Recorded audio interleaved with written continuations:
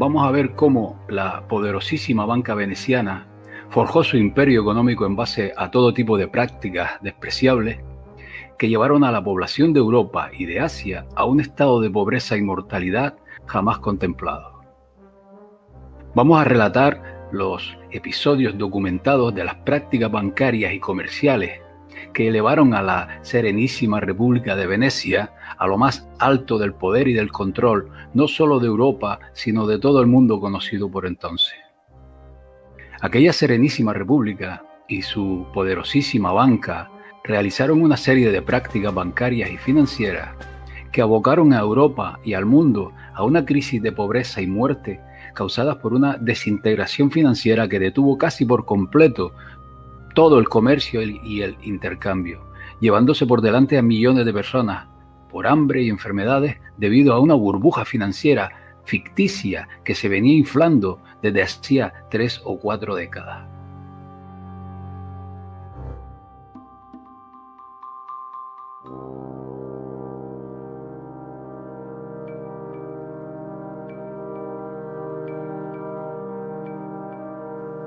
Debido a la inexistencia de lo que se conoce como Estados-nación,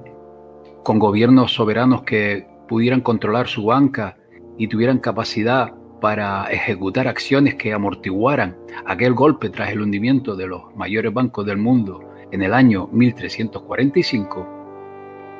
dirigidos por los Bardi y por las empresas Perucci de Florencia, el colapso financiero y económico se llevó por delante la vida del 25% de la población entre los años 1300 y 1450, aunque en algunos lugares de Europa alcanzó el 35% e incluso el 50% en algunas décadas. Es preciso recalcar, y más adelante lo veremos, que Florencia y los estados-nación del norte de Italia, o las ciudades-estado mejor dicho, salvo Milán, estaban manejados y controlados por la banca de la Serenísima República de Venecia. La historia oficialista culpa a menudo de la debacle al por entonces rey de Inglaterra, Eduardo III. Pero Venecia ya se había hecho desde entonces y hasta hoy día con el control de Inglaterra, gracias a los préstamos que las bancas Bardi y Perucci, sobre todo, concedieron al monarca para satisfacer la crisis que atravesaba Inglaterra. Préstamos que convirtieron a Eduardo III en un títere en manos de Venecia, contra la cual se intentó rebelar el monarca, debido a la usura y al expolio que la Serenísima acometía contra Inglaterra, hasta el punto que el presupuesto nacional se había convertido en una subsección, una especie de apéndice de los citados bancos del norte de Italia. Pero el revisionismo histórico y la perspectiva que nos otorga el paso del tiempo, el tiempo transcurrido, hacen que la verdadera historia vaya aflorando. Y al respecto, 2 libros recientes ayudan a comprender aquel crack financiero y social, sin tan siquiera ser la intención de sus autores, de los autores de estos libros. El libro The Medieval Super Companies, A Study of the Perucci Company of Florence, escrito por Edwin Hunt en 1994, demuestra las pérdidas que abocaban a este banco Perucci a la quiebra a finales de 1330, debido a sus propias políticas destructivas con respecto al crédito y el comercio agrícola de Europa, antes, y esto es importante para contradecir la historia oficial, antes de que el rey inglés Eduardo III accediera al trono. Edwin Hunt, un erudito, puesto que trabaja para la banca internacional, no solo derrumba la historia en este aspecto,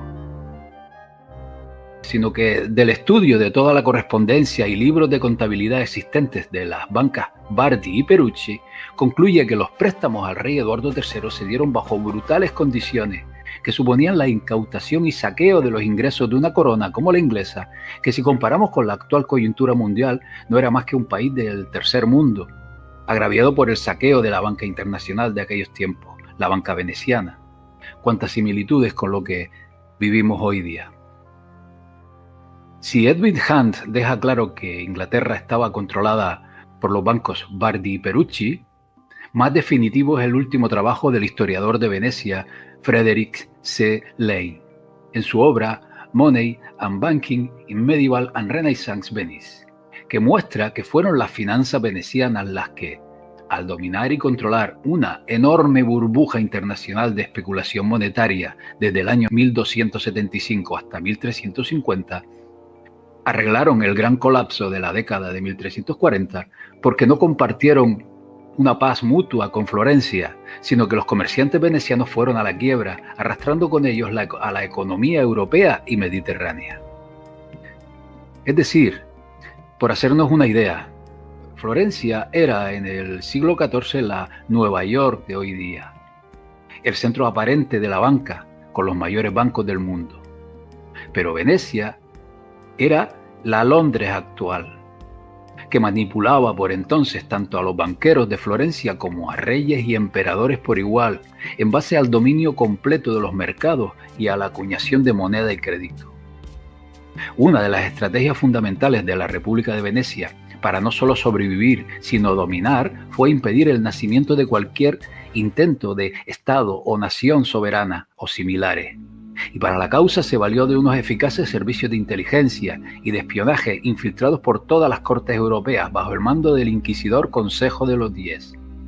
Y en este sentido, ya en la década de 1950, el historiador Fernand Braudel demostró que fue Venecia quien abocó a los banqueros de Florencia, Génova, Siena, etc., a ser intervenidos de manera voluntaria desde el principio del siglo XIII, para destruir la posible aparición de gobiernos nacionales que ya se venían fraguando, por ejemplo, con los logros del emperador del Sacro Imperio Romano, Federico II. Decía este autor, este historiador Braudel, que Venecia deliberadamente había atrapado todas las economías sujetas circundantes, incluyendo la economía alemana, para su propio beneficio, lo que les impide actuar libremente. El siglo XIV vio la creación de un poderoso monopolio en beneficio de las ciudades-estado de Italia, que el embrión de los estados territoriales como Inglaterra, Francia y España sufrieron necesariamente las consecuencias. A lo escrito por Braudel, añado además que Venecia intervino para detener la adhesión de Alfonso el Sabio como sucesor del emperador Federico II. Estas políticas venecianas de libre comercio arrasaron por millones de vidas humanas que fueron despoblando Europa hasta que siglos después, en que el nacimiento del Estado-nación francés bajo Luis XI y luego Inglaterra bajo Enrique VII y la España de los Reyes Católicos, la población europea pudo establecerse y recuperarse. Porque hay que señalar que hubo unos 400, 600 años de creciente aumento de la población en Europa, China e India. En conjunto, las 3/4 partes de la población humana conocida por entonces, que se derrumbó y se invirtió el crecimiento a causa de hambrunas, pestes y plagas que mataron a más de 100 millones de personas. Pero no solo por causas mayores, tal como estamos viendo. Las guerras azotaban toda Europa. Ejércitos mongoles sacrificaron entre 5 y 10 millones de personas.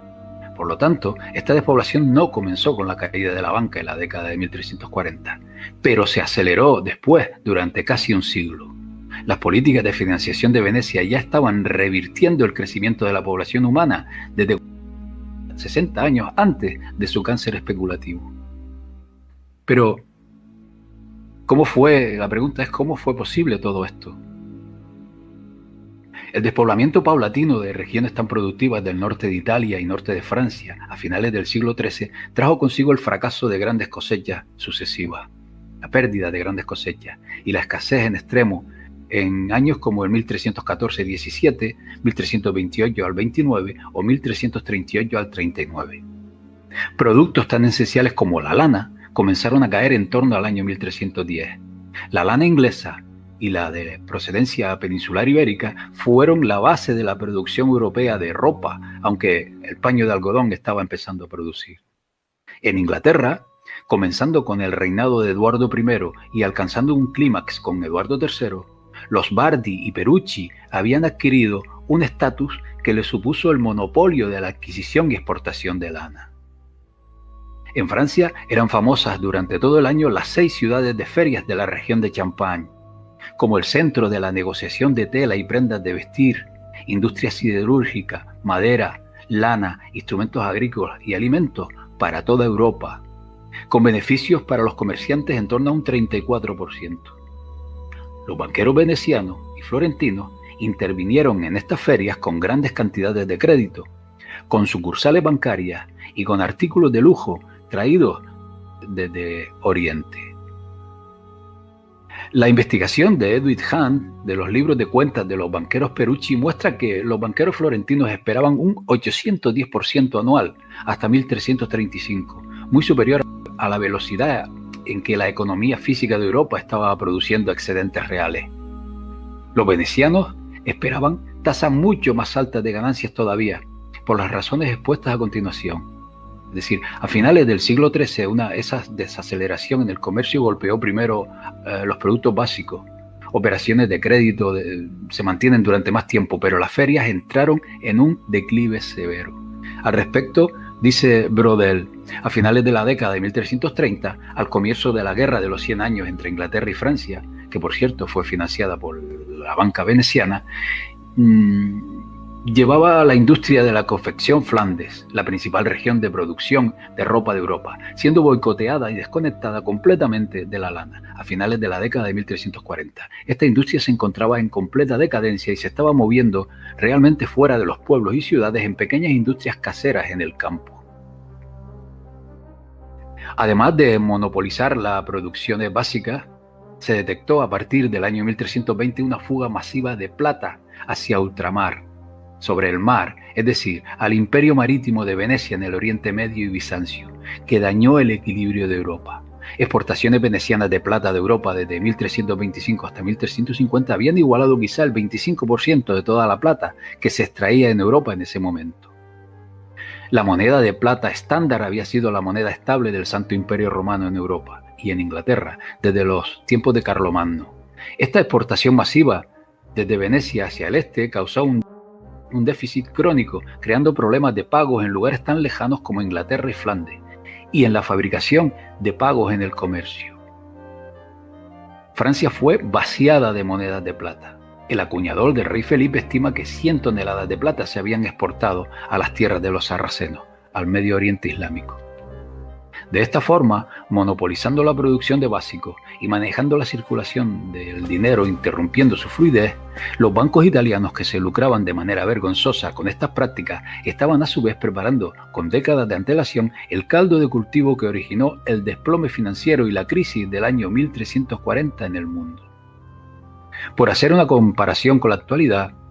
aquellas compañías florentinas se asimilaban a las actuales multinacionales del grano, como son Cargill y Archer Daniels Midland.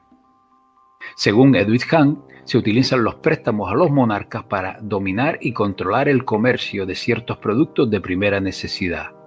especialmente de cereales y más tarde lana y tela. Su dominio y especulación consigue reducir progresivamente la producción de estos productos. Esta es la manera en que Venecia controlaba el mundo conocido por entonces. Sé que la peste negra fue fundamental en el despoblamiento, pero a su vez ha servido para encubrir las criminales prácticas bancarias de Venecia, que llevaron a la muerte a millones de personas que se camuflan con las cifras de dicha enfermedad. Y no solo en Europa y el Mediterráneo, porque el imperio marítimo financiero de Venecia especulaba a escala global en Eurasia, y fueron los comerciantes de Venecia los que llevaron aparejadas la devastación y la despoblación de la mayoría de la raza humana en el siglo XIV, porque la catástrofe de la peste negra en Europa es superada con creces con las tasas de muerte en China y las regiones islámicas bajo el gobierno del homicida mongol Khan, desde 1250 hasta casi el año 1400. Un clan homicida que, como veremos más adelante, estaba apoyado por la inteligencia veneciana y fueron fundamentales en la propagación de una peste negra que al día de hoy sigue rodeada de incertidumbre.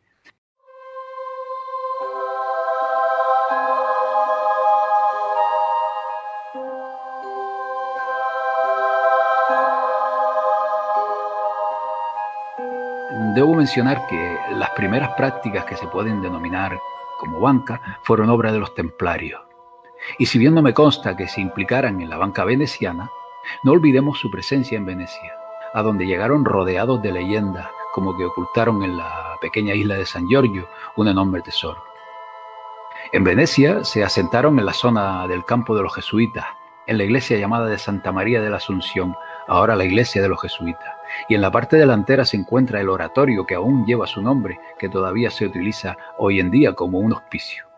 Y su huella permanece también en la fachada que alberga el famoso edificio del Casino de Venecia, grabado con las palabras latinas non nobis, que corresponde a las primeras palabras del lema de la Orden del Temple: non nobis domini, non nobis, sed nomini, tuo da gloriam. No a nosotros, Señor, no a nosotros, sino a tu nombre de gloria.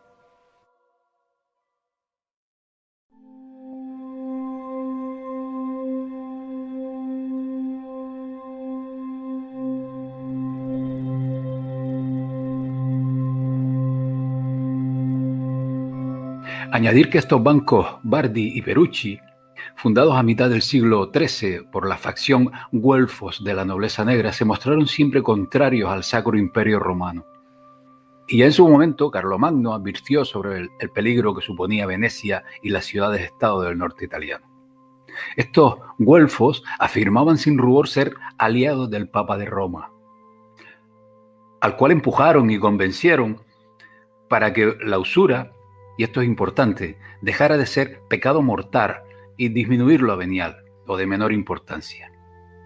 Y parecían disfrutar de una exención efectiva de los mandatos de los papas católicos contra la usura, y también de su prohibición de comerciar con el infiel, con los regímenes, por ejemplo, de Egipto y Siria. Con anterioridad, allá por la década de 1180, el poderoso doge de Venecia, Ciani, provocó el enfrentamiento entre el Papa y el emperador del Sacro Imperio Romano, Federico Barbarroja, mediando luego este dux para un acuerdo llamado Paz de Constanza, en el cual el veneciano logró que el emperador Federico retirara de Italia su estándar de moneda de plata para permitir a las ciudades-estado acuñar su propia moneda, siendo fundamental para que Venecia estableciera su predominio total en torno a las negociaciones de oro y plata en lingotes y monedas en toda Europa y Asia. Así, Venecia rompió y sustituyó la moneda de plata europea de los emperadores romanos, la moneda de plata del Imperio Bizantino y finalmente el famoso florín de oro florentino en las décadas anteriores a la explosión financiera de 1340, que apagó todos los financieros excepto los venecianos. Estos banqueros, debido a la mala imagen pública que suponía la usura, no cobraban interés de manera directa, sino que, tal como hace hoy día el infame Fondo Monetario Internacional, imponían condicionamientos que restaban absoluta soberanía a los monarcas, porque eran estos monarcas quienes concedían licencias reales e impuestos a las materias primas importantes, como alimentos, lana, ropa, sal, hierro, etc., quedando estas abocadas a los designios de la banca veneciana.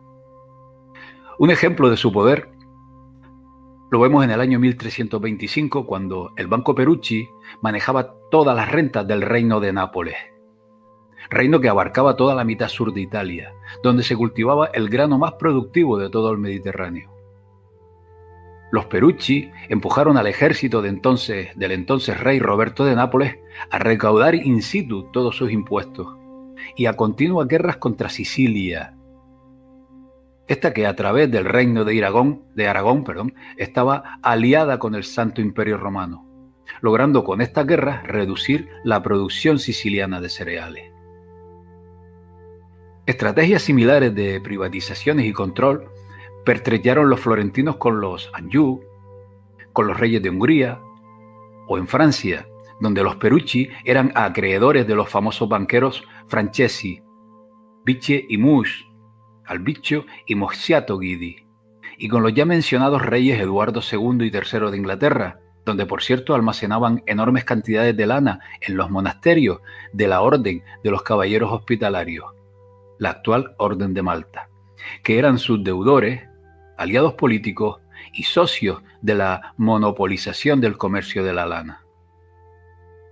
Cabe reseñar que banqueros genoveses controlaban en gran medida los ingresos reales del Reino de Castilla en España, otro proveedor de la lana de Europa, por el año 1325. En la famosa Guerra de los 100 Años, donde Inglaterra fue financiada y endeudada por estos bancos con tasas de cambio que sobrevaluaba su moneda en un 15% en relación a la inglesa, se calcula que los Bardi Perucci eran acreedores de un total de 1.365.000 florines de oro,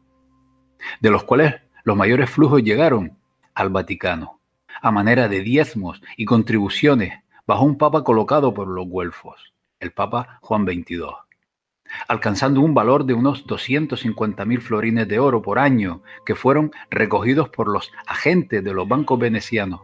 porque solo ellos, los venecianos, tenían las reservas de dinero en efectivo en Aviñón, en Francia, sede temporal del papado durante unos 70 años.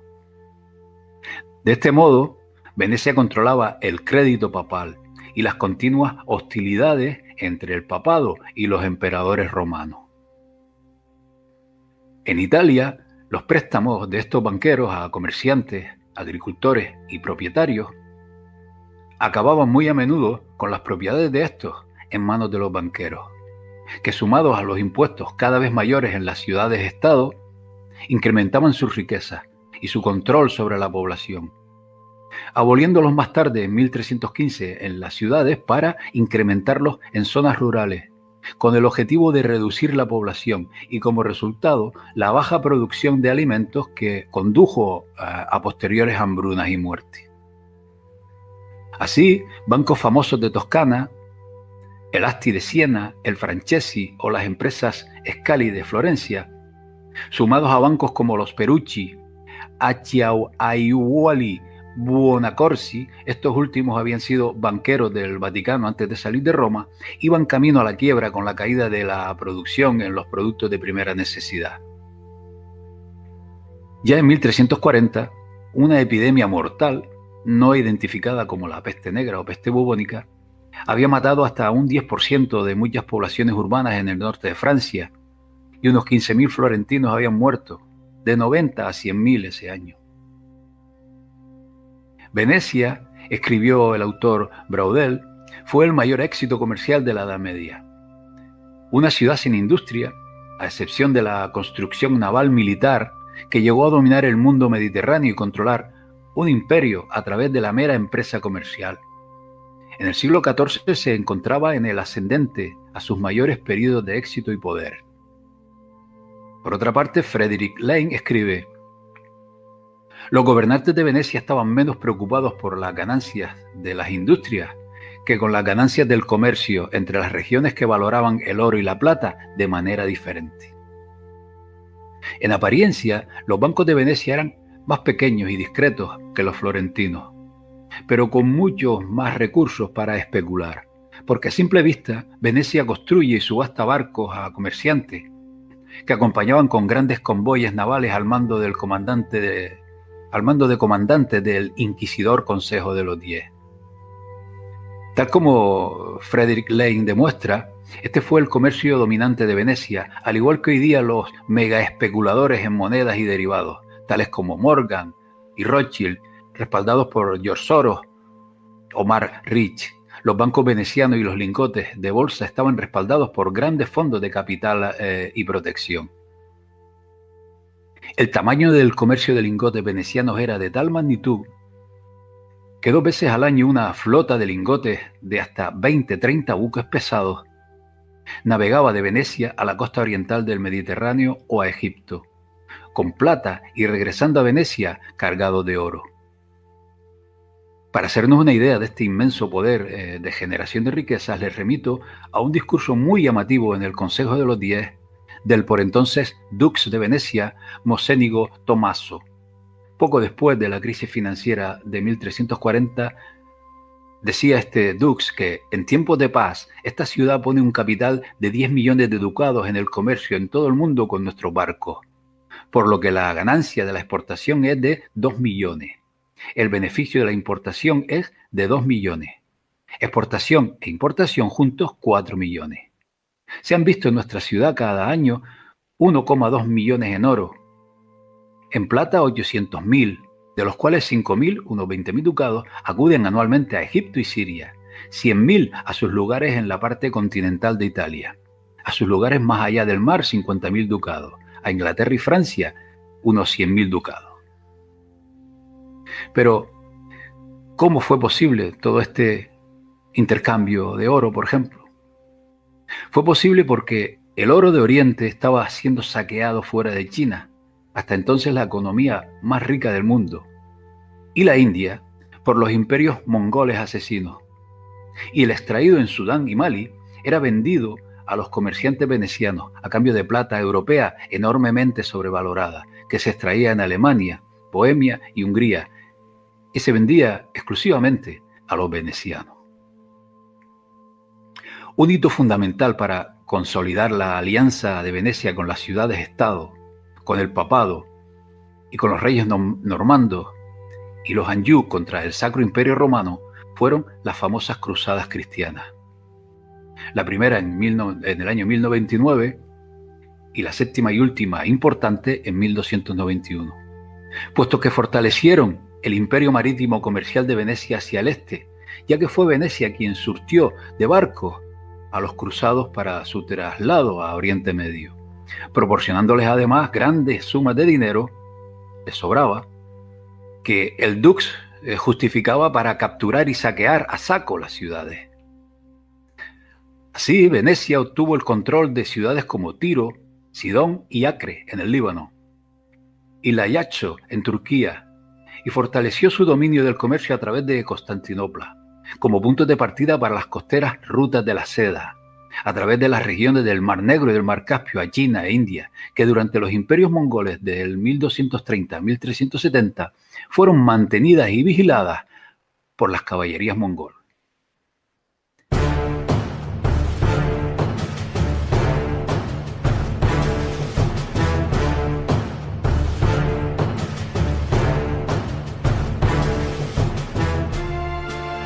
Este imperio de los Khan mongoles fue durante un siglo el imperio más grande y más asesino de la historia humana,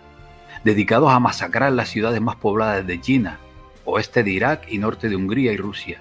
incluyendo todas las ciudades comerciales cuya competencia molestaba, como no, a Venecia. A menudo, esta alianza estratégica entre Venecia y los Khan es tratada como una simple curiosidad de las aventuras de Marco Polo por parte de la historia oficialista, obviando hechos tan relevantes como las reuniones entre intermediarios mongoles y comerciantes venecianos en las ciudades comerciales persas de Tabriz y Trebisonda, gobernadas por los mongoles, y en el puerto de Tana, en el Mar Negro, donde se negociaba oro con la plata de Europa. A este intercambio de divisas se asoció un comercio a gran escala de esclavos de los dominios mongoles. Este fue el llamado oro tanga, desde el tangi, o piezas sin acuñar con el sello de los mongol Khan, con la plata en pequeños lingotes venecianos llamados sommi, que eran el medio de intercambio común de los mongoles y tártaros cánatos. Al tiempo que estos mongoles arrasaban y asesinaban, saquearon todo el oro de China y de la India bajo su control, y reemplazándolo con monedas de plata, y para las castas más bajas, es decir, los chinos, con el papel moneda. Esta misma caballería mongol, aliada de Venecia, expandió la famosa y misteriosa peste negra por la península de Crimea, en el Mar Negro, y desde allí por barcos a Sicilia e Italia en 1347. Y desde Italia se extendió por toda Europa, donde, recordemos, los niveles nutricionales ya habían caído, puesto que la producción de cereales disminuyó a causa de la usura bancaria antes expuesta. Dos causas que llevaron a Europa en un siglo, a una reducción de población de unos 90 millones que había a menos de 60 millones de habitantes. Es más que evidente que los aumentos de los precios marcados por las secuelas de la peste negra y las epidemias posteriores duraron más de una generación, que llevó luego a una deflación aguda y al colapso de los salarios alrededor del año 1380. Después del año 1400, las fuerzas políticas se volvieron contra los métodos de los banqueros de libre empresa italianos. Así, en el año 1401, el rey Martín I de Aragón los expulsó. En 1403, Enrique IV de Inglaterra les prohibió tomar beneficios de ninguna manera en su reino. En el año 1409, en Flandes, fueron encarcelados y luego expulsados los banqueros genoveses. En 1410, Todos los comerciantes italianos fueron expulsados de París. Cuando Luis XI se convirtió en rey de Francia en 1461, organizó las fuerzas nacionales para ser el primer Estado-nación fuerte y soberano. Junto con el desarrollo de los puertos, carreteras y el apoyo a las ciudades, Luis XI insistió en una moneda nacional única, estándar, creada y controlada por la propia corona. Estas prohibiciones y expulsiones supusieron el paulatino declive del modelo bancario familiar y privado hasta el momento imperante. Pero el poder y dominio de Venecia en el mundo conocido por entonces siguió imponiéndose, hasta el punto de transformarse cual serpiente mudando su piel para superar varias embestidas históricas que abocaron a la nobleza negra a diseñar un nuevo modelo bancario en otras tierras que pervive y domina hasta el día de hoy.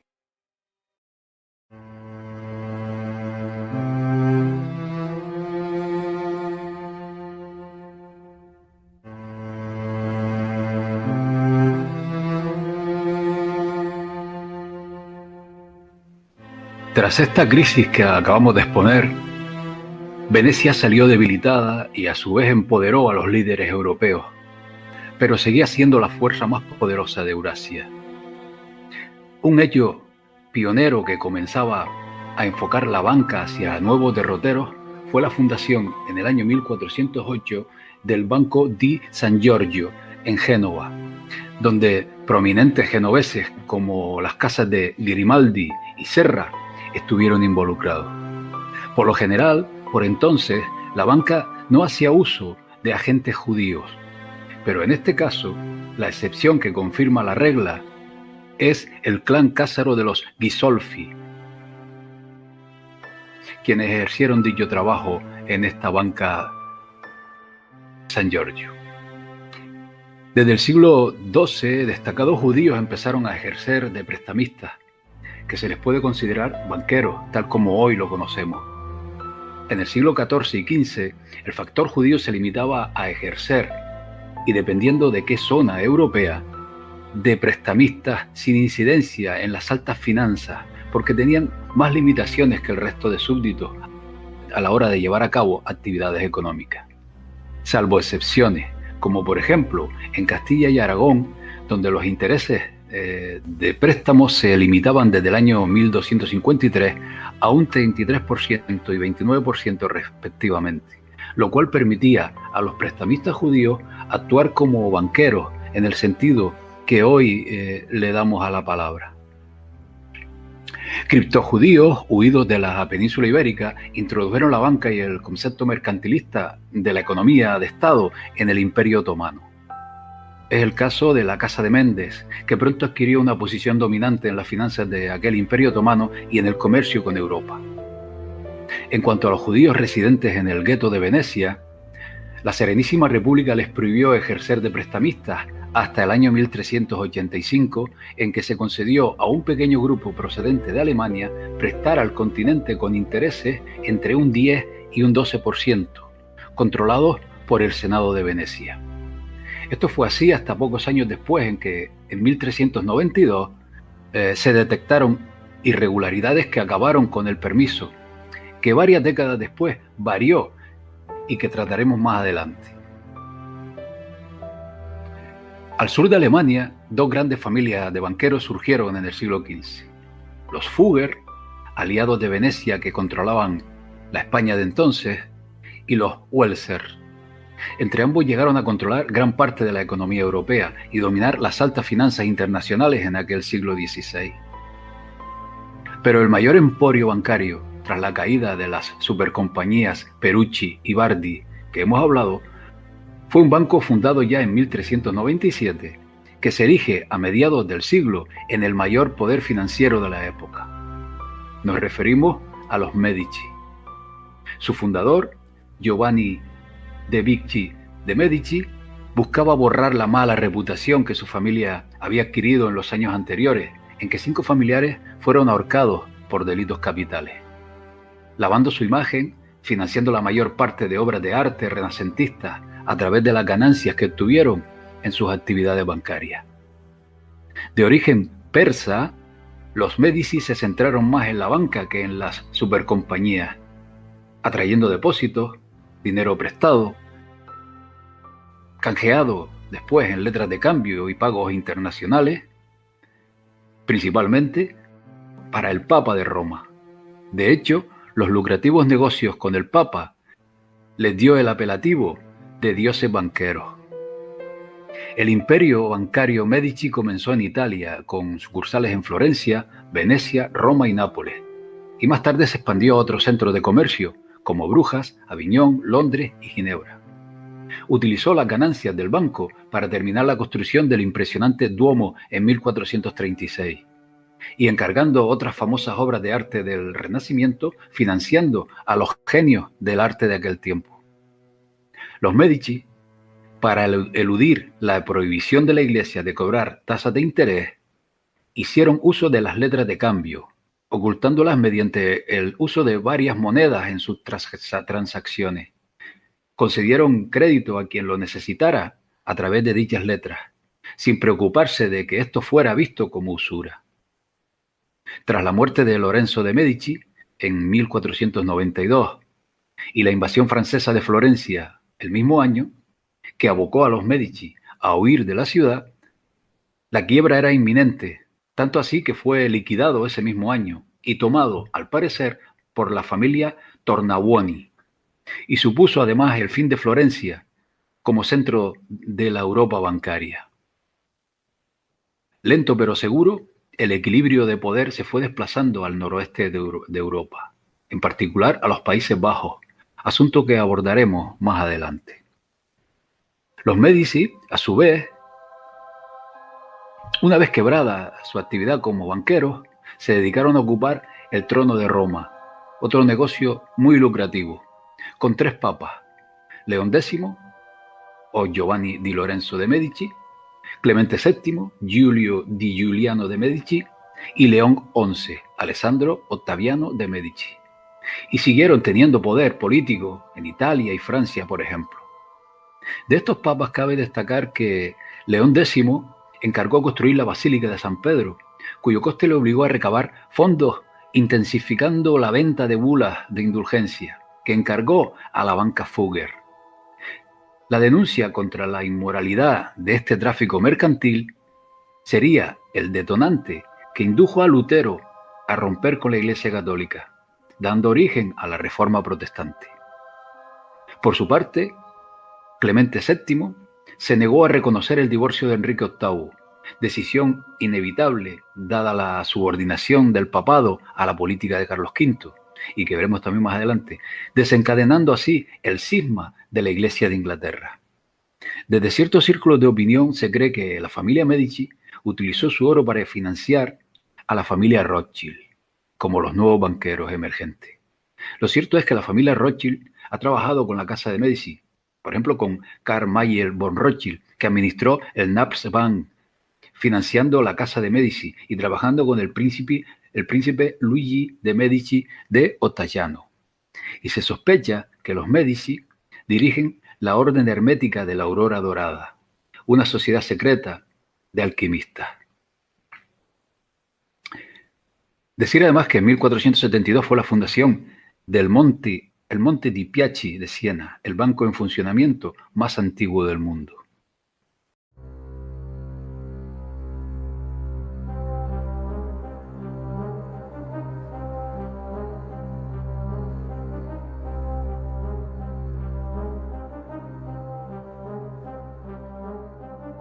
Mientras tanto, la Serenísima República de Venecia continúa su máximo esplendor a lo largo de este siglo XV, llenando sus arcas con su incomparable flota marítima en el comercio de seda, especias, oro, esclavos y todo lo que se tercie desde el lejano y mediano oriente, siendo además enclave del Renacimiento y referente de las artes y las ciencias. Si analizamos aquel siglo XV desde el día de hoy, desde la amplia perspectiva que nos ofrece el tiempo transcurrido, no encontramos ningún dato que nos indique alguna preocupación grave de Venecia por su futuro. Hasta que ya en el ocaso de dicho siglo, su mayor rival le asestó un golpe que pudo resultar mortal de no ser por la astucia mostrada por esta nobleza veneciana. La corona de Castilla y Aragón emprende la conquista de América, gracias a los permisos concedidos por el Papa Borgia Alejandro VI o Rodrigo Borgia, el mismo corrupto que, siendo arzobispo, falsificó una bula papal que permitió a los primos Isabel de Castilla y Fernando de Aragón contraer el matrimonio que de facto facilitara la unión de ambas coronas, que después, como bien sabemos, posibilitó el emprender la conquista de América. Cabe mencionar que esta familia Borgia provenían de órdenes templarias. Venecia, por su situación geográfica y por carecer de tropas adecuadas para aquella empresa de tamaña envergadura,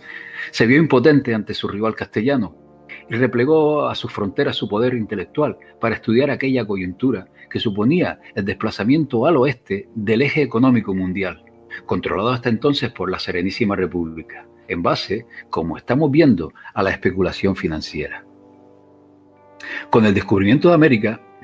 el poder bancario y financiero mediterráneo se fue desplazando al norte, a ciudades como Brujas y sobre todo Amberes, a la vanguardia de la renovación financiera de entonces hasta 1580, en que se dio su liderazgo a Ámsterdam,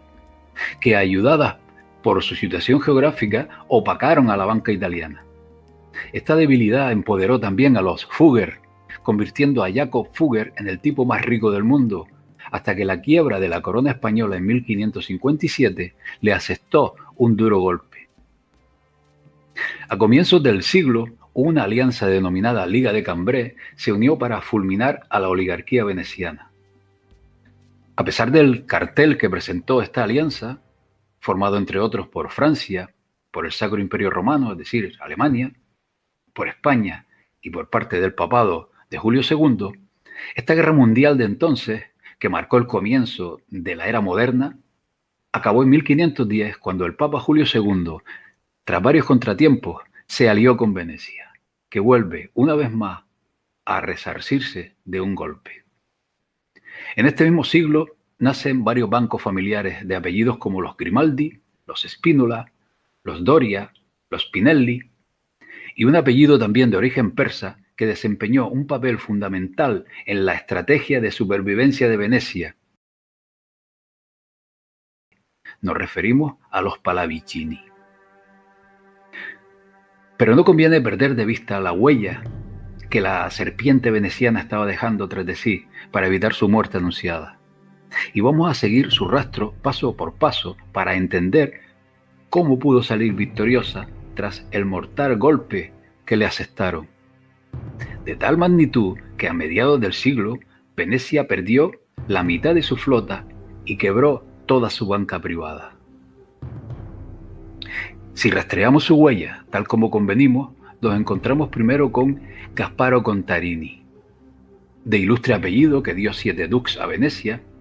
un simpatizante de las tesis de Lutero, que por otra parte, aunque resulte contradictorio, fue fundamental para la aprobación del Papa de la Orden de los Jesuitas, envía a la corte inglesa de Enrique VIII una delegación con su íntimo amigo Francesco Giorgi, más conocido por Zorzi,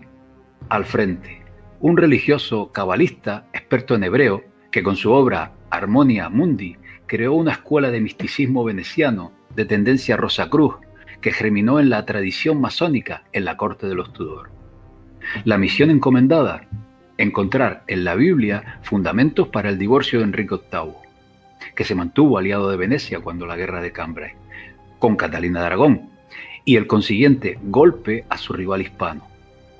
Además de la ruptura de Inglaterra con Roma, que dio origen al anglicanismo.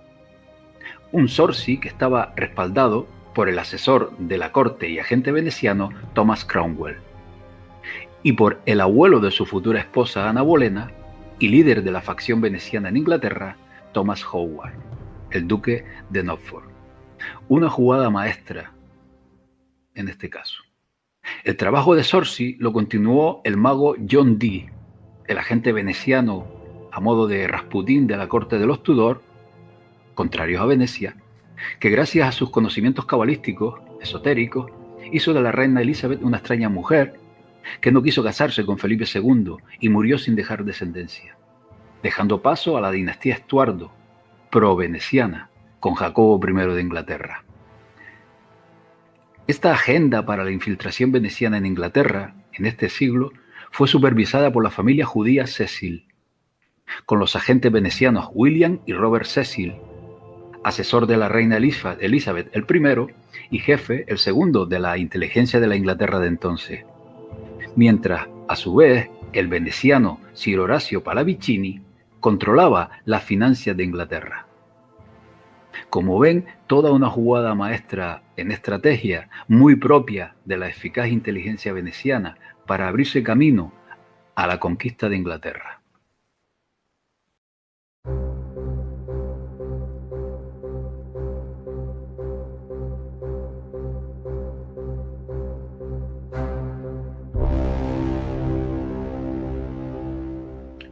Por su parte, en Venecia se estaba fraguando el germen que dio origen no solo al actual sistema bancario de hoy día, sino también al modelo político-social de los últimos 2-3 siglos, cuando en el año 1577, por primera vez en la incomparable historia de la Serenísima República, se rompe el poder hegemónico de Venecia y sus alianzas con Roma, al surgir por vez primera una oposición que se llegó a denominar los Giovanni, los jóvenes, nuevos ricos que atribuían la decadencia de Venecia a la España de Felipe II y a las viejas prácticas de los hasta entonces predominantes vecchio, los viejos, ricos conservadores más relacionados con Roma, que simpatizaban con la Contrarreforma. 5 años después, los Giovanni toman el poder en el Senado y se funda a la par el primer banco público de Venecia, la Banca de la Piazza di Rialto, o Banco de Venecia, siendo emulado en 1609 por el Weisselbank en Ámsterdam y en 1619 por el Banco Giro, también en Venecia. Todos ellos pioneros en la innovación del modelo bancario, puesto que desde ahora la oligarquía se hacía cargo del Estado. Una jugada maestra, toda una revolución poco o nada destacada por la historia oficial.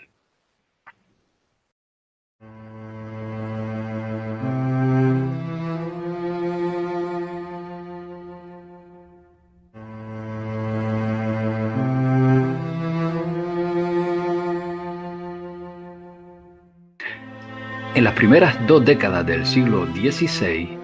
mientras en Ámsterdam se funda la Compañía Holandesa de las Indias Orientales, que asume y continúa el fructífero comercio marítimo de Venecia, que los aupó a lo más alto,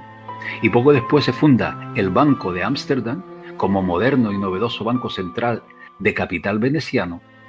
en la Serenísima República, un brillante monje servita, conocido como Paolo Sarpi, toma el relevo de Gasparo Contarini al frente de la gestión del traslado de Venecia al norte de Europa.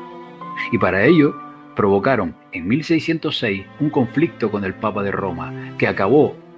en un interdicto y en la excomunión de Venecia, lo cual supuso en 1616 la ruptura definitiva del poder mundial por entonces, Roma-Venecia, y el inicio de la era moderna. Si bien en torno a la creación de los bancos de Ámsterdam y Londres aparecen muchos nombres, varios de ellos judíos, el capital, los fondos necesarios, fue inyectado por Venecia, los denominados fondi, que al trasladarse de frontera pasan a llamarse bonier, lo cual convierte a los venecianos en accionistas de la banca central y de sus herramientas financieras de alcance global de hoy día, y a los demás en ejecutivos y testaferros. Estos accionistas venecianos están, sospecho, probablemente dirigidos por el Inquisidor Consejo de los 10, creados en Venecia en 1313 y casual o causalmente 3 años después de la expulsión de los templarios, y disueltos según la historia en el año 1797. Con toda razón, historiadores como Michel Fratiani y Franco Spinelli, que investigan la historia del capital y de la economía, hoy día se preguntan si Venecia sabía de antemano que se avecinaba su decadencia.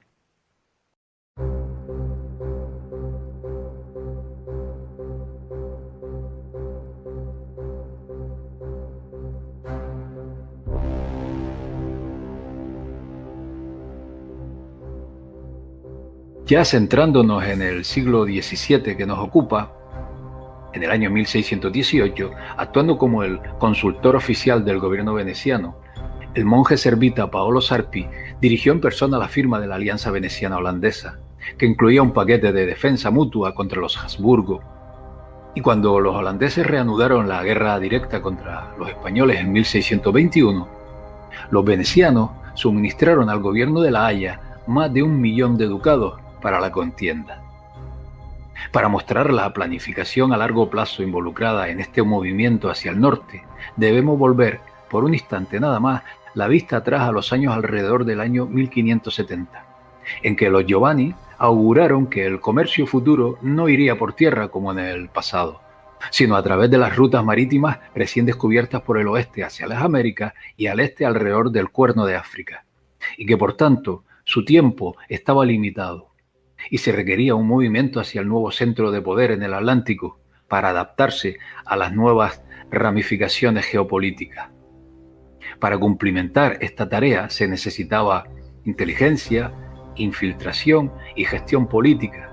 ¿Y quién mejor que el mentor y líder de los Giovanni, Paolo Sarpi, para mover a Venecia a una alianza estratégica y militar abierta con el norte, y así salvar el sistema del imperio veneciano? Esto se logró, como hemos visto, a través del trabajo inicial de Contarini y el círculo interno de Sarpi, que incluía, por ejemplo, a Giovanni Francesco Sagret,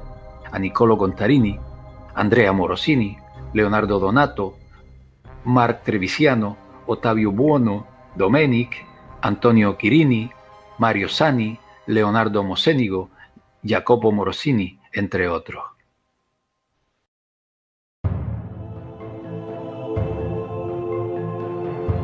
De las 430 cartas de la voluminosa correspondencia de Sarpi, que se salvaron del fuego en el año 1769, se puede vislumbrar su poder desde su centro de operaciones, donde recibía puntual información sobre el comercio de oro español, los movimientos de la flota holandesa, los cambios políticos en Egipto y Persia, y el tema de la colonización de las Américas. Y por supuesto también existe la correspondencia científica y filosófica con varios personajes. Además de la extensa y tupida red de contactos por todo el mundo, que para hacernos una idea mencionemos por ejemplo a Henry Wotton, Francis Bacon, Vicancio, Philippe Duplessis-Mornay, François Hotman, Marco Antonio de Dominis, Ugo Grocchio, Giovanni Diosdati, Isaac Casaubon, entre otros. La maquiavélica política veneciana consistió en fagocitar guerras de religión, esto es clave, entre luteranos, calvinistas y anglicanos, por una parte, y los dominados por los jesuitas de la Contrarreforma del Concilio de Trento por otra, dando lugar a ambos lados de este conflicto para manejarlos. Por ejemplo, insistiendo en el mantenimiento de una dinastía y una iglesia protestante en Inglaterra, para generar conflictos con las monarquías católicas, aconsejando políticas antiespañolas para energizar la rivalidad imperial con Madrid y evitar que el ejército español estacionado en Milán tuviera alguna oportunidad para conquistar Venecia. La alianza veneciano-calvinista dio a Venecia un punto de entrada para extender su influencia y métodos hacia el norte. El poder del partido veneciano en Londres, así se llamaba, agrupados en torno a Robert Cecil, Francis Bacon y la familia Cavendish, se mejoró en gran medida. Y los Países Bajos estaban en las garras de Venecia. Sarpi y los suyos lograron unir las fuerzas del calvinismo con la Casa de Orange, que llevaría en 1610 a los Países Bajos a una alianza militar con Venecia. Con las alianzas políticas establecidas, las instituciones financieras podrían construirse en la nueva Venecia en Ámsterdam. El Banco de Venecia se convirtió en la inspiración directa para el Banco de Ámsterdam en 1609. Ahora que se creó el modelo del futuro entramado financiero, el siguiente paso fue alimentarlo con la fortuna familiar, o fondi, como se le llama en italiano, al pilar del sistema oligárquico. Alrededor de estos fondi se agruparon las fortunas familiares individuales de las grandes familias oligárquicas, como Mocenigo, Cornaro, Dandolo, Contarini, Morosini, Sorsi o Tron, hasta un total de 20 familias que hasta finales del siglo XVIII tenían propiedades comparables o superiores a las más ricas de toda Europa.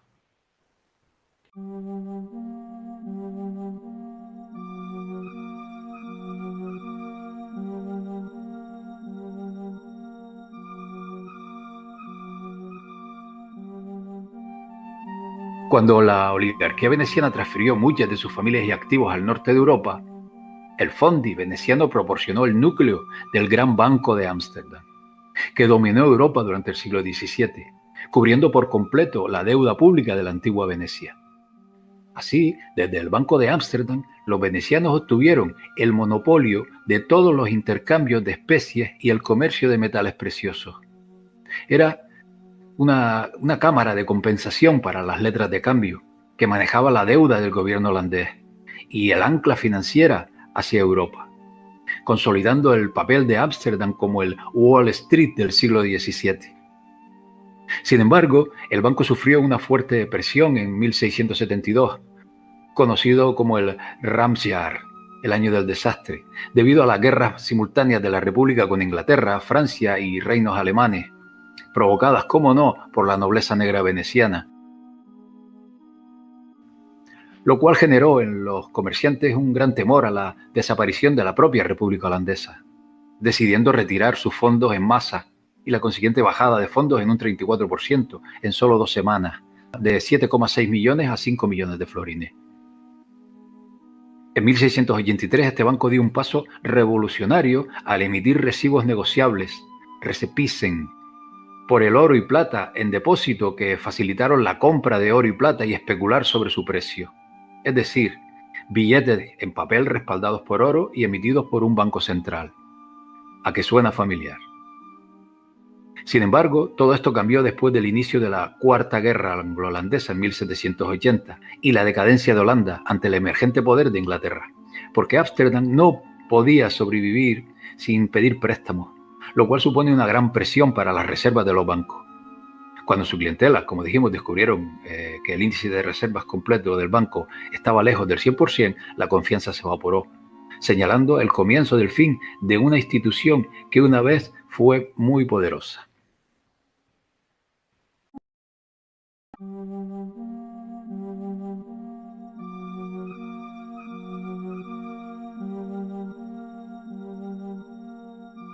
Thomas y Oliver Cromwell, tal como dijimos, desempeñaron como agentes venecianos un papel fundamental en la conquista de Inglaterra por la nobleza negra veneciana, relacionados, como vimos antes, con anterioridad por lazos de sangre con la familia Pallavicini de esta nobleza negra y con prominentes parlamentarios ingleses como John Hampden. Cromwell llevó a la guerra a los ingleses contra Holanda, iniciada tras la denominada masacre de Amboine, en que, miren por dónde,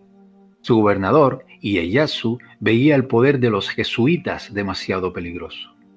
Y la guerra contra España, bajo consignas venecianas, para acabar con los enemigos del imperio que se comenzaba a cimentar en base al libre comercio marítimo veneciano, abocando al pobre campesinado inglés a instalarse en las ciudades donde la usura se convirtió en una práctica respetable. Los desencuentros con Carlos II y con el creciente poder de Francia enfurecían a Venecia, que a través del partido Whip, el antiguo nombre del Partido Liberal, se propusieron acabar con los monarcas católicos Stuart y tramaron a través de varios oligarcas una invitación al rey holandés Guillermo de Orange y su reina María, una hija de Jaime II, para que el rey holandés aterrizara y marchara sobre Londres, en la que los británicos llaman la Revolución Gloriosa de 1688. Donde en realidad se consolidaron las facultades y prerrogativas de la oligarquía que se expresan en la Declaración de Derechos del año 1689. 6 años después de la citada revolución, había un Banco de Inglaterra y una considerable deuda nacional, una copia perfecta de la oligarquía veneciana que a través del partido veneciano manejaba el destino de Inglaterra.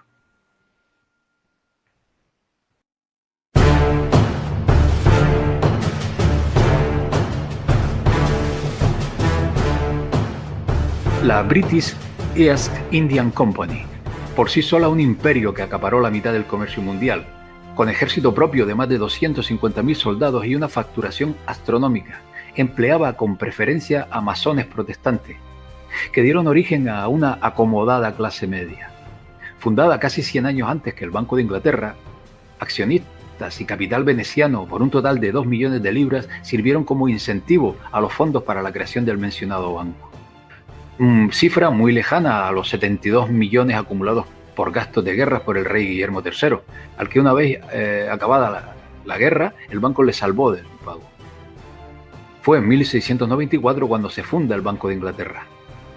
que a menudo se le relaciona con adinerados askenazis del clan Rothschild como Kuhn,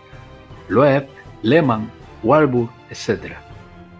Pero en realidad, el Banco de Inglaterra fue fundado y dirigido por William Paterson,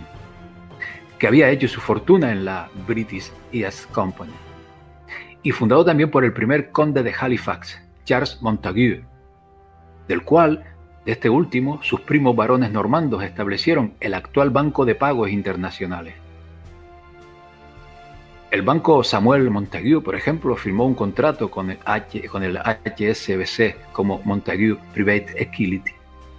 Otro familiar, Norman Montague, gobernó el Banco de Inglaterra entre 1920 y 1944.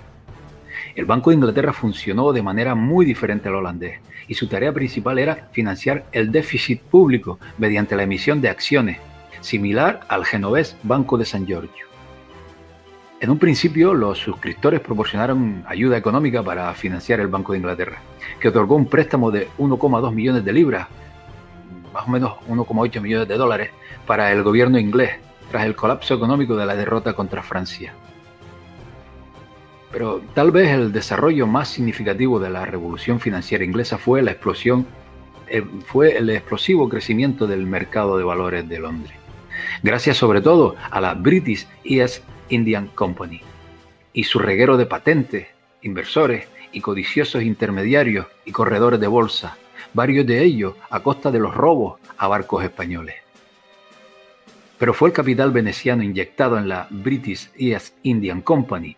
y sus espléndidos beneficios el que consolidó el Banco de Inglaterra como entidad financiera de capital privado para créditos a las administraciones inglesas. El famoso desplome de 1696 obligó al gobierno a intervenir para regular aquella orgía de capital, un poco tarde porque no evitó la siguiente crisis de 1720, que derivó en un drama no solo en Inglaterra, sino también en Francia y Holanda. Años después, el Banco de Inglaterra dejó supuestamente de ser privado, ya a comienzos del pasado siglo XX. A partir del anterior siglo XVI se ve con bastante asiduidad la figura del judío de la corte, o factor judío, o Hofjuden, banqueros que manejaban las finanzas de la realeza europea o la nobleza. Se hicieron necesarios debido a las prohibiciones contra la usura aplicadas a los cristianos y no a los judíos. Muchos reyes y emperadores, como los Habsburgo del Sacro Imperio Romano, tenían un número considerable de judíos en la corte. Por ejemplo, en la corte de Leopoldo I de Habsburgo, emperador del Imperio Austrohúngaro, que estaba plagada de asesores jesuitas, servía como banquero el judío Samuel Oppenheimer, en cuya banca entró a trabajar desde muy joven un tipo de apellido fundamental en la historia de la banca, un tal Mayer Amschel Rothschild. Estos banqueros judíos satisfacían no solo las grandes cantidades invertidas en constantes guerras, sino además toda clase de caprichos y de excesos del monarca de turno, que se endeudaba hasta el punto de sacudirse sus deudas expulsando a todos los judíos de su dominio. Aunque en el caso de Leopoldo I los expulsó a todos salvo a su banquero Oppenheimer, por razones que ahora no vienen al caso. En este siglo XVII, los Keilot, o comunidades judías, forzadas a convertirse en prestamistas por las severas limitaciones que se les imponían, comenzaron a ser garantes de las deudas contraídas por judíos con los prestamistas cristianos, el clero, las instituciones de la iglesia y la nobleza, obteniendo sustanciosos préstamos que convirtieron al clero y a la iglesia en acreedores de gran parte de esta deuda, práctica que fue reprendida por el Papa Benedicto XIV en su encíclica 1751 A Primum Quo.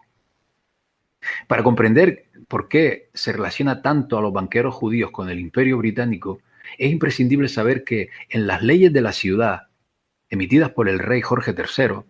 en el tomo 71, en las páginas que van de 1179 al 1200, se lee en un artículo que los judíos son propiedad de los reyes normandos y anglosajones. También explica que el Talmud es la ley de la tierra y de cómo el Talmud babilónico se convirtió en ley de la tierra, lo que ahora se conoce como el Código Comercial Uniforme, que tiene que ver con la ley del mar, que es la ley internacional privada, que trata sobre personas jurídicas. El acuerdo de crédito escrito, el Sietar judío, es un embargo preventivo de todas las propiedades del planeta. Pero el tratado, como decíamos, también explica que los judíos son propiedad de Gran Bretaña y que están a cargo del sistema bancario como testaferros. Un aspecto fundamental a lo largo de estos siglos en el mundo del dinero y de la banca es el papel que desempeña el Papa de Roma, puesto que guarda la llave que le abre a un monarca la legitimidad para emitir dinero. Esta llave se llama regalía, la cual convierte al Vaticano en el dueño del tablero de juego donde se desarrolla la actividad económica. Es quien abre o cierra el grifo y por tanto su poder es superior a cualquier magnate sionista señalado por tantos como los más poderosos de este mundo. De ahí, considero, el interés de los anglo-venecianos y sus esbirros sionistas y jesuitas por conquistar el Vaticano.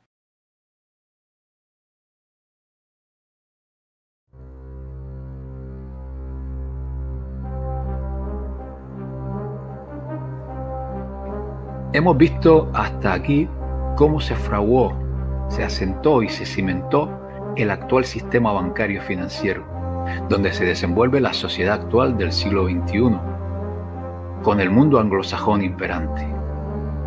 Hemos expuesto la fusión de la Serenísima República de Venecia con Inglaterra, a través del capital fondi de los Giovanni venecianos. A partir de aquí, los venecianos y la propia Venecia desaparecen a la vista del público,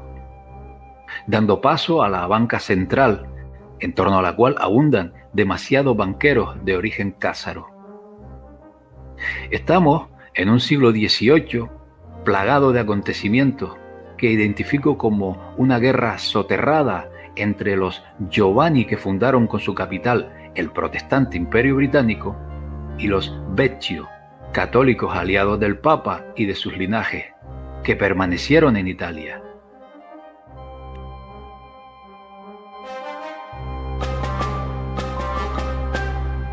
Desaparecen monarquías aliadas de Roma y emergen repúblicas con banca centralizada al estilo veneciano, fruto de la Revolución Francesa. Emerge casi de la nada la dinastía Rothschild,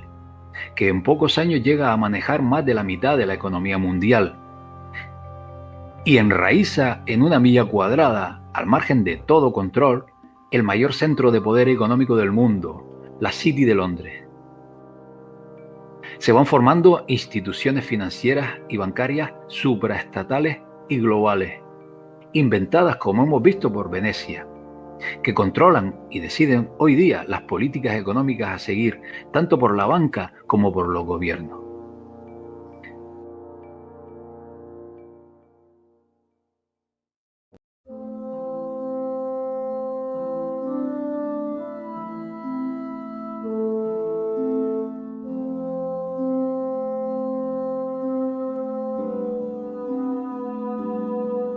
Una vez en marcha el Banco de Inglaterra,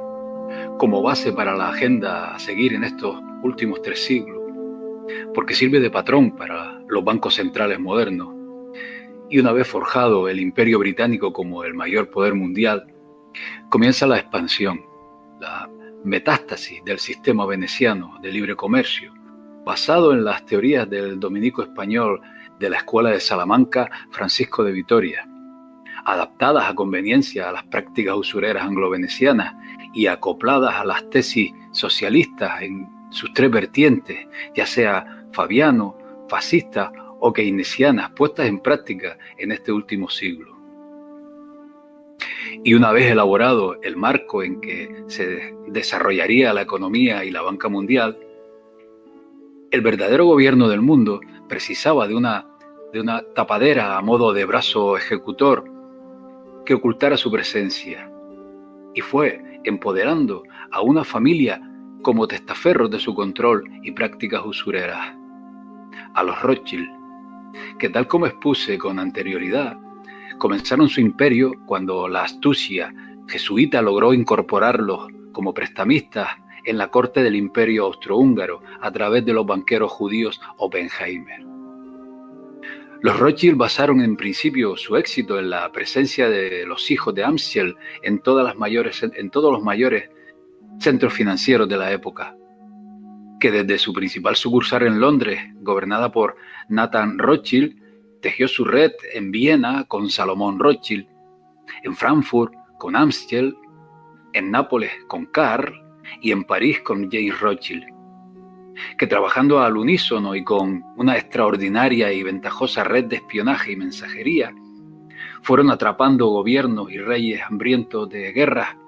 con préstamos y especulación en bonos del Estado, hasta el punto de hacerse imprescindibles para la dependencia que los gobiernos europeos llegaron a tener de esta familia para financiar sus déficits, incluso en sus bancos centrales. Sirva como ejemplo la crisis financiera británica de 1825, en que los Rothschild prestaron grandes cantidades de oro, recolectado de sus diferentes sucursales, al Banco de Inglaterra para evitar una profunda depresión económica.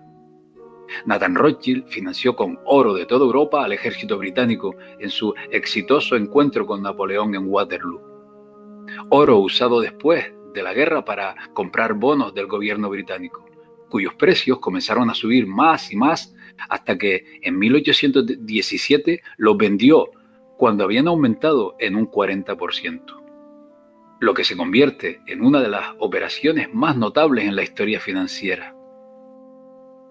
Cabe reseñar que el famoso episodio de Waterloo, en que se dice que una paloma mensajera y en otras versiones un intrépido jinete llegó a Londres 24 horas antes con la noticia del resultado de la batalla de Waterloo, es falso. Un bulo difundido por un reconocido antisemita llamado George Dervael y apodado Satanás. Un año más tarde, en 1818, los Rothschild construyeron un exitoso préstamo prusiano de 5 millones de libras, distribuido a través de sus sucursales en toda Europa, cuya novedad consistió en un bono en una moneda diferente a la moneda local del deudor y venderlo en diferentes países, haciendo a los Rothschild los padres del moderno mercado internacional de bonos, y es visto como el primer eurobono de la historia, que además hizo a los Rothschild inmensamente ricos y a la vez impopulares y blanco constante de los antijudíos con innumerables caricaturas satíricas que los muestran como codiciosos y duros usureros, que lo son. A medida que los gobiernos tenían menos necesidades de financiamiento, los Rothschild comenzaron a financiar y controlar las redes ferroviarias de nueva construcción, especialmente en Alemania y Austria, en las décadas de 1830 y 1840, y obtuvieron el control del gigante minero Río Tinto en la década de 1880 en España. Este banco multinacional alcanzó su cenit entre 1820 y 1860 y fue el banco más grande del mundo entre 1815 y 1914. El imperio de los Rothschild todavía vive hoy día a través de varios servicios financieros, bienes raíces y empresas, y dirigido cuidadosamente por los descendientes de los poderosos hermanos Rothschild del siglo XIX.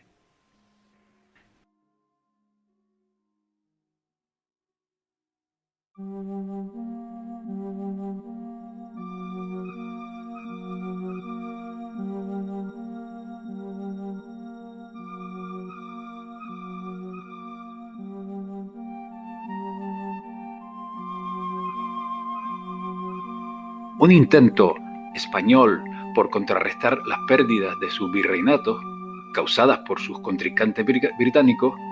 fue su apoyo a la creación de los Estados Unidos para América, cuya constitución original, contraria a los intereses anglo-venecianos, cerraba la puerta a las prácticas bancarias usureras. Poco después de su formación como Estado, nace en 1790 el Distrito de Columbia, donde se alojan los tres poderes, el legislativo, el ejecutivo y el judicial, los cuales conceden el derecho a acuñar moneda. Esa capital que sostiene el águila y las fascias romanas hasta el día de hoy, se erigió, causalidades de la vida, en una finca llamada Roma, propiedad de la familia jesuita de los Carroll.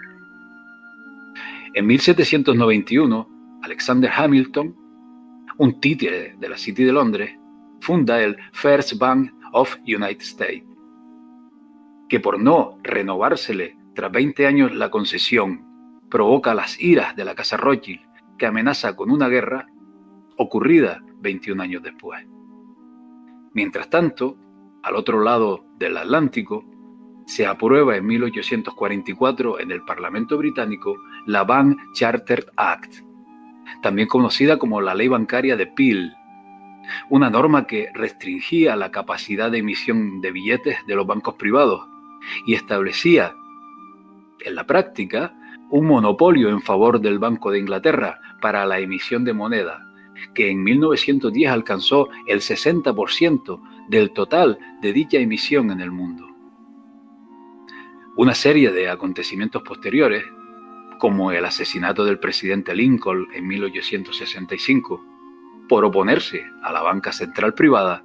desembocan en una reunión de banqueros sionistas en la isla de Jekyll, con el objetivo de crear la Reserva Federal de los Estados Unidos, una fábrica de moneda que la presta al gobierno para su posterior devolución con intereses. Un robo descarado que se aprobó un 23 de diciembre de 1913, mismo año de la creación de la Internal Revenue Service, Servicio de Ventas Interno, en un congreso casi sin aforo por las celebraciones navideñas.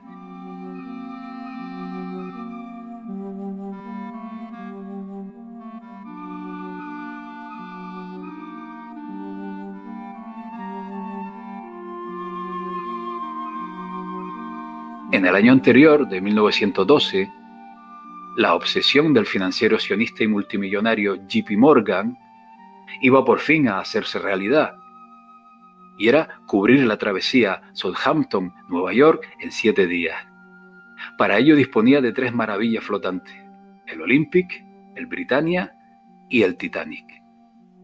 J.P. Morgan, que acostumbraba a viajar en todas y cada una de las travesías inaugurales de sus barcos, se negó rotundamente y sin razón aparente a embarcar en el primer trayecto que realizaba el estandarte de su compañía, el mejor barco del momento. 3 grandes magnates sionistas que perecieron con el Titanic se oponían a la creación de la Reserva Federal por no necesitar de sus créditos. Fueron John Jacob Astor, dueño del Empire State Building, Benjamin Guggenheim, el rey del cobre, y también Isadore Strauss, el dueño de los almacenes Macy's, los mayores del mundo.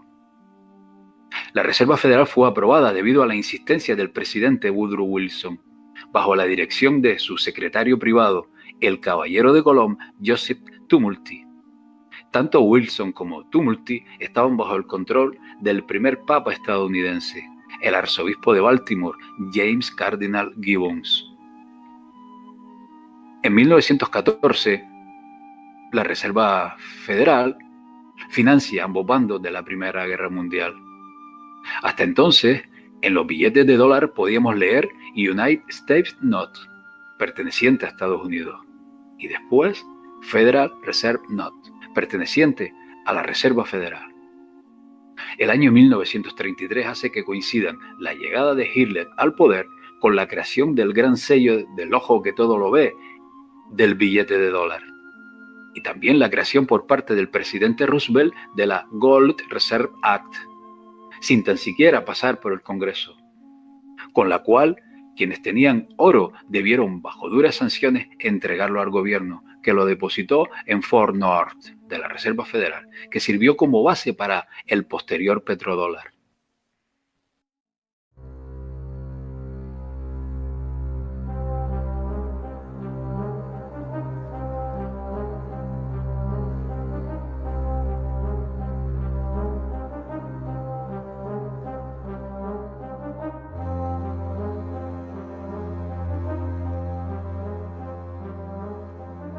Uno era la Rusia de los Romanov, empeñados estos en mantener su régimen feudal, cerrando toda posibilidad de industrializar el país. Exponer aquí todo el proceso desde el momento en que los zares se negaron a aceptar la invitación de los Rothschild para formar parte de su agenda globalista, hasta el día en que Lenin crea el Gosbank, con el judío Aaron Sheinman al frente, pasando por la radicalización de los mencheviques en bolcheviques y por el papel desempeñado por personajes tan siniestros como Rasputín, sería materia tan densa que convendría tratar en otro momento. El otro país fundamental se ubica en un extenso territorio muy rico que aloja una gran reserva de materias primas: Argentina. Allí, y también en el coincidente año de 1933, Gran Bretaña y Argentina firman el Pacto Roca-Runciman, del cual surge la creación del Banco Central de la República Argentina, con competencias para emitir billetes y regular las tasas de interés bajo la conducción de un directorio con fuerte composición de funcionarios del Imperio Británico. Y se adjudica además a los británicos el monopolio de un área estratégica tan fundamental como el transporte. Los demás países, en su inmensa mayoría, fueron cayendo como fichas de dominó en los brazos de un sistema anglo-veneciano, donde se crea dinero de la nada con un valor 100, que se va devaluando cuanto más se acerca a la base. Hemos visto hasta ahora mucho nombre y apellido de origen askenazi, sionistas al frente de los grandes bancos. Da la impresión de que aquellos Hofjuden, judíos de corte que sirvieron a la realeza como testaferro para escapar de la prohibición católica de las prácticas usureras, siguen desempeñando un papel muy similar hoy día. Porque si bien controlan la banca, esta banca se desenvuelve bajo parámetros marcados por entidades superiores, ya sean europeas o globales, que son, en última instancia, los verdaderos controladores del dinero que se mueve hoy día por todo el mundo, sin apenas fronteras en que lo regule. Y estas entidades, como vamos a ver, no están en manos de judíos askenazí. Veamos.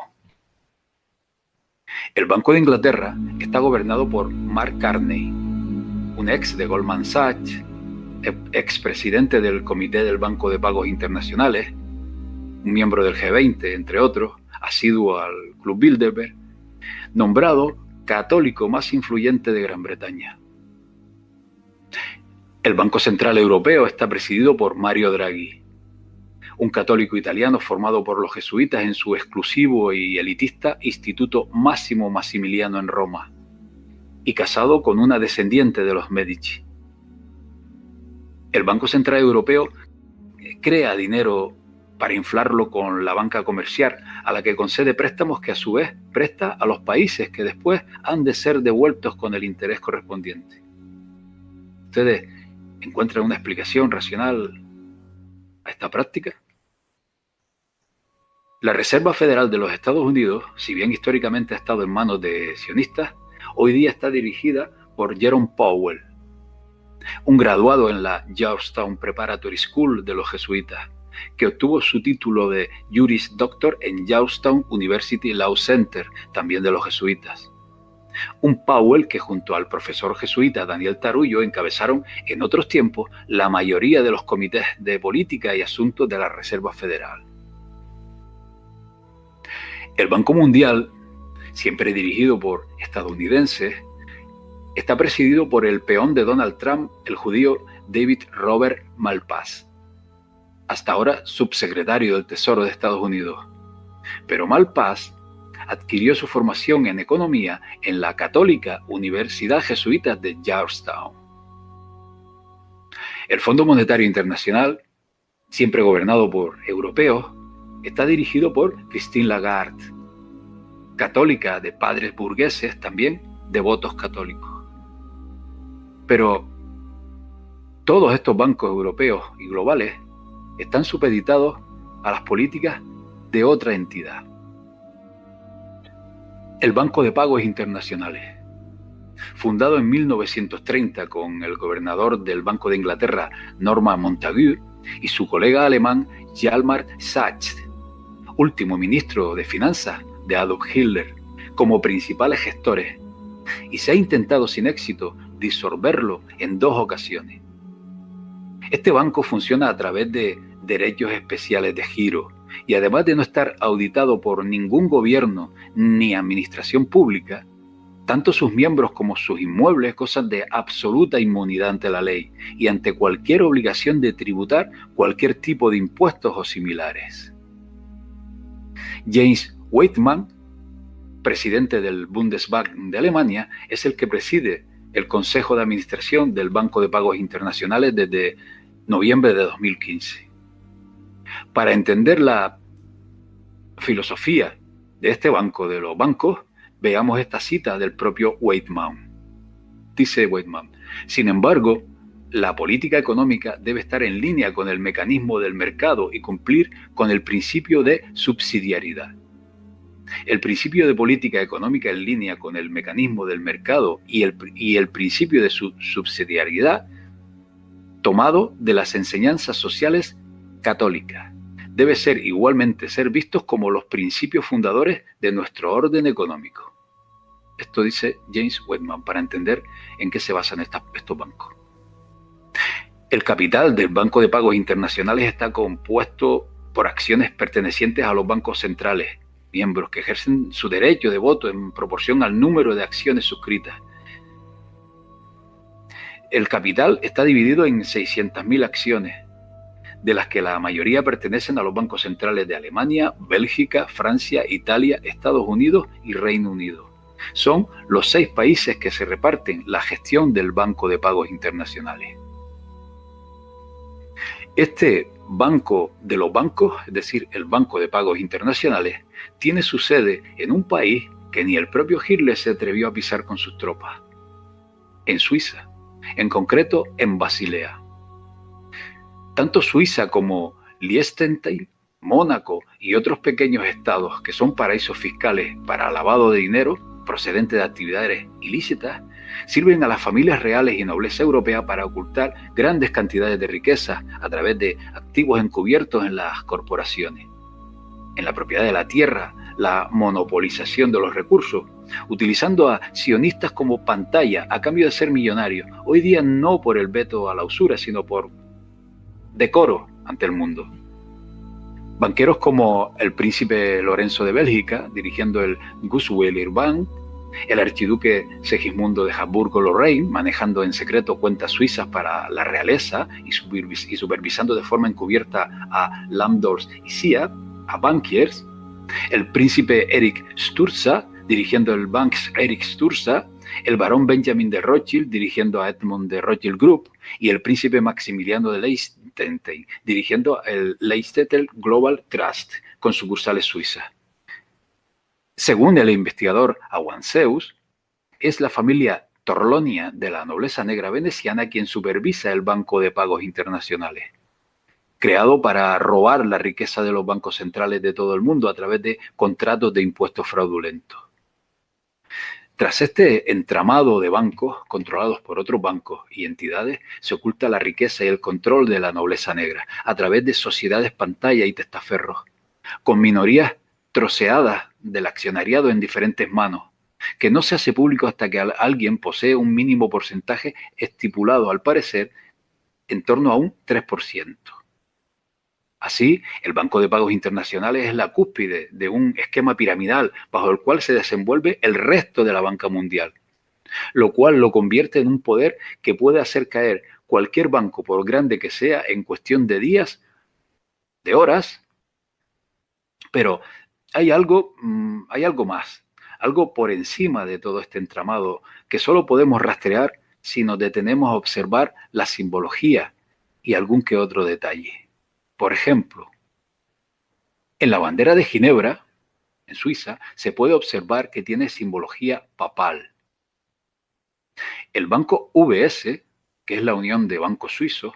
también utiliza claves papales en su logotipo. La bandera de Suiza guarda similitudes con el estandarte que portaban los católicos templarios. Suiza, la caja fuerte del gobierno mundial, es uno de los 2 únicos estados del mundo que ondea como estandarte una bandera cuadrada.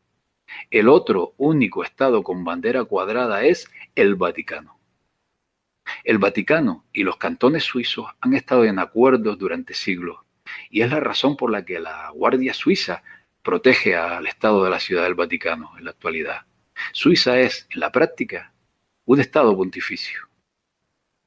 Así todos los caminos conducen a Roma, pero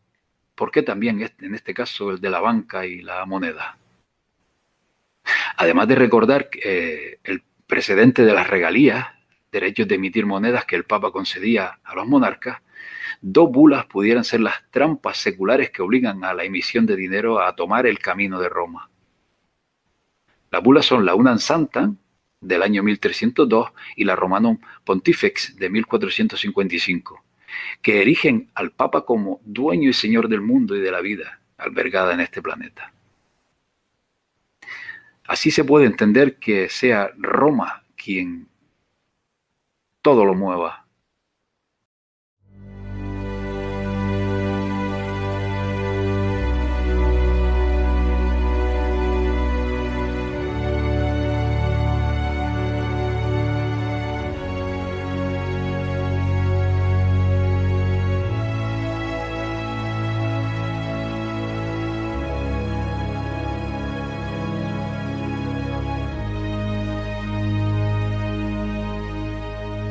Desde los tiempos del medievo en que Paolo Sarpi y los Giovanni en Venecia luchaban contra las ideas aristotélicas y en favor del empirismo,